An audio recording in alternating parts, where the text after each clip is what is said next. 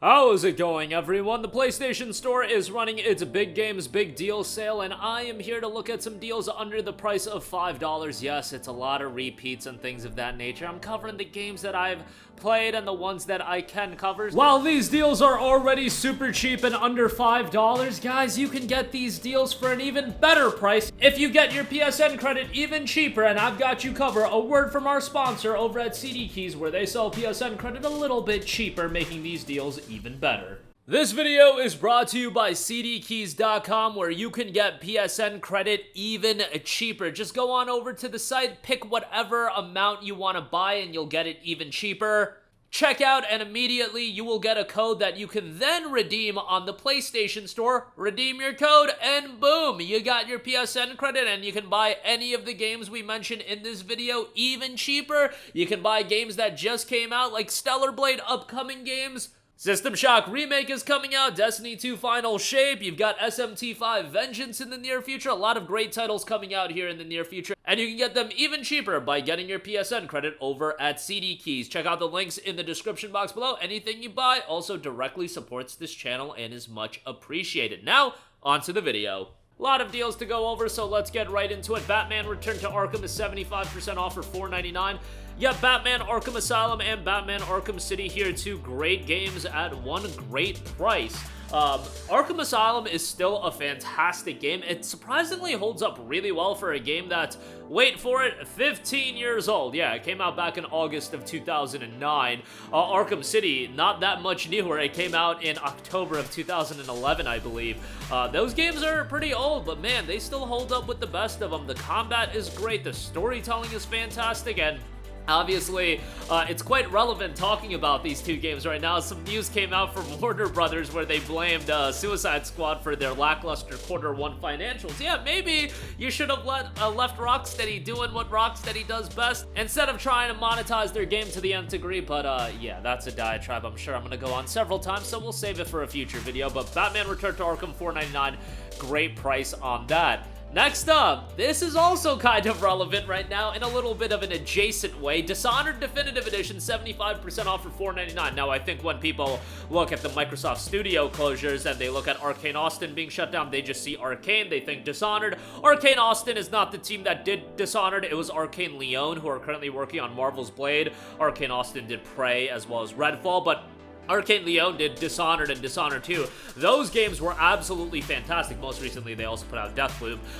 Dishonored 1 is a great game, and it's another one of those games that holds up really well, given that it is 12 years old. Yes, December of 2012, I think, is when this one came out. The art style, it had more of a different aesthetic, so to speak, than a lot of other games, where I'm not saying it's a technical masterclass by today's standard, but it's still a decent game to look at, and the combat has quite a bit of depth, and there's a lot of different ways to tackle the game. I really enjoyed Dishonored, would love to see a Dishonored 3 at some point, but, you know, Marvel gonna Marvel, and it just seems like the Marvel money is too strong. And it's not even like the Marvel money is too strong. I guess the potential of a Marvel game is too strong because you actually gotta pay quite a bit for the licensing fees, but I digress. 75% off for Dishonored Definitive Edition. You get the DLC here as well. $5 for that is great. Next up, gonna mention some throwback Resident Evil titles. Resident Evil 4, 5, and 6 are all $4.99 a pop, so Resident Evil 4 obviously has the remake out. I would recommend that, but some people want to go back and play the original, and I still find there to be enjoyment out of the original.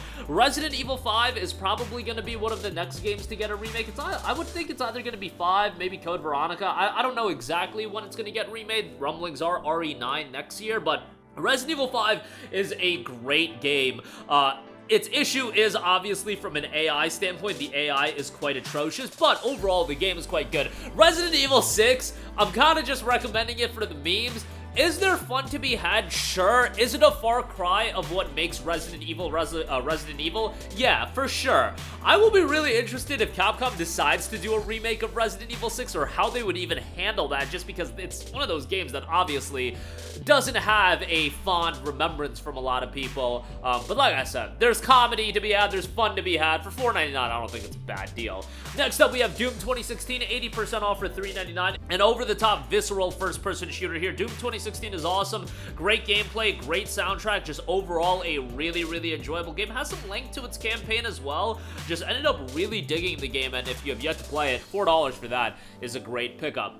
Next up, you guys know I got a shill for RGG, and gotta give a mention to Fist of the North Star Lost Paradise. Now, I'm not a big Fist of the North Star guy, but when you talk about RGG, obviously everybody's gonna talk about Yakuza, obviously everybody's gonna talk about Judgment. Fist of the North Star Lost Paradise is one of those forgotten games, and, you know, even as a non-Fist of the North Star fan, there's enjoyment to be had with the game. It's still that action beat-em-up that I think a lot of people are gonna enjoy, and for $4.99, even if you're not a fan, there's fun to be had, like I said, and I think you'll end up enjoying it. Speaking of action beat-em-ups, Scott Pilgrim vs. the World, the Game Complete Edition, a totally different style of beat-em-up than the RGG games, but 67% off for $4.94. Not a big Scott Pilgrim guy either, but a great art style, charming look, and some good gameplay to be had. Not a game you're going to take super seriously, but paying sub $5, a pretty fun action beat-em-up there that I would recommend. Next up, we got Saints Row 4 Re-Elected, 80% off for $3.99. Volition, unfortunately, sad days for them, and Saints Row as an IP, probably not going to be, I don't know what's going to happen with it as an IP, but $3.99 for Saints Row 4 Re-Elected is quite a good deal. This is the kind of game you go into with, you know, not super high expectations. It is one of those games you play to mentally check out. It's wacky, it's over the top, it's zany. It's not something to take too seriously, but at $3.99, if you have a long day at work or are just kind of looking for something to kill some time with, Saints Row is always going to be an experience like that, so I would give it a shot from that standpoint. Next up, also want to give a mention to Agents of Mayhem. Agents of Mayhem is one of those games that I've mentioned in recent videos, saying that, you know, when I talk about more mediocre games, I say you should wait for this game to get down to Agents of Mayhem price, and I view a lot of games like Agents of Mayhem. It's not a great game, but it's a serviceable game that can offer you some fun when you're just bored. And when you're paying a sub $3, and in this case $2, really the investment into playing Agents of Mayhem isn't the money, it's the time. For a lot of you guys, it's absolutely the time when we talk about games this cheap and games at the quality level of Agents of Mayhem. $1.99 is not a bad pickup for it. I think most games, unless it's really, really bad and a complete insult, $1.99 is going to be a serviceable pickup. It's just, do you want to invest the time to kill to play Agents of Mayhem? That's up to you, but if you want something wacky, I feel like sometimes you need these mid-level games, and you need to play these mid-level games for you to appreciate the better games that come out, and Agents of Mayhem has a place. I think it has a place, and for $1.99, not a bad pickup.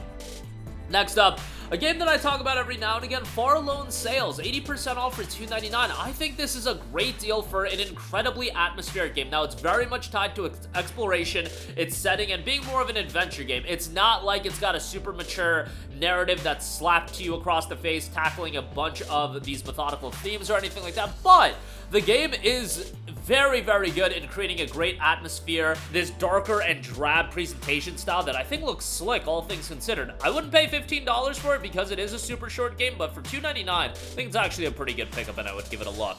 Next up, Trine 1 and 2. Trine 1 is $3.44 for the Enchanted Edition, and then Trine 2 Complete Story is $4.59. These are games that are very emblematic of their era. I remember when these games came out, they got quite a lot of buzz, because you're talking about games in the late 2000s with Trine 1, where downloadable games really started popping off and people started looking at it, and it ended up being a really, really well-done marriage of a lot of different gameplay styles. Platforming, some puzzles in there as well, great setting, and the visual style still holds up pretty strongly. I would say for this price point, you know, sub $5, these games are both worth it.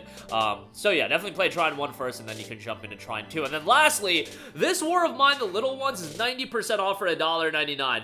This deal to me is absolutely ridiculous. This War of Mine is a game that I certainly wouldn't recommend to everyone. Like, if you want a game that's more uplifting, certainly this isn't the game to play, but this War of Mine is an incredibly compelling game from the standpoint of it's a war game, and it doesn't put you in the shoes of an overpowered soldier like a lot of other war games, which that's probably what most people want out of their war-based games, but this War of Mine tells a story about the realities of war, the harsh natures of war, and the grim realities that war brings with it. Survival is, you know, the imperative, and you play as regular civilians and going through this dark world. It's incredibly emotionally gripping, and 11-bit does a great job with that with Frostpunk 2 in development now, but this War of Mine was the game that really put them on the map for me, and this one includes the expansion as well. $1.99 is a ridiculous price, but I would say at least give it a shot, and you might be incredibly compelled by what it offers, so check that out. But that is going to do it for me. Again, a lot of deals under the price of $5. Links to all of these will be in the description box below. Check it out there. As always, sound off with your thoughts in the comment section down below. Thank you for watching, and goodbye. Hey guys, we hope you enjoyed the video, and if you did, make sure to hit the subscribe button, and if you're already subscribed, do us a favor and hit the bell icon. This way you'll be notified whenever we post a new video. That's the best way to keep up with all of our uploads, and we usually try to upload 2 videos a day. And with the bell icon hit, you'll be notified whenever we do upload a video. As always, thanks for watching.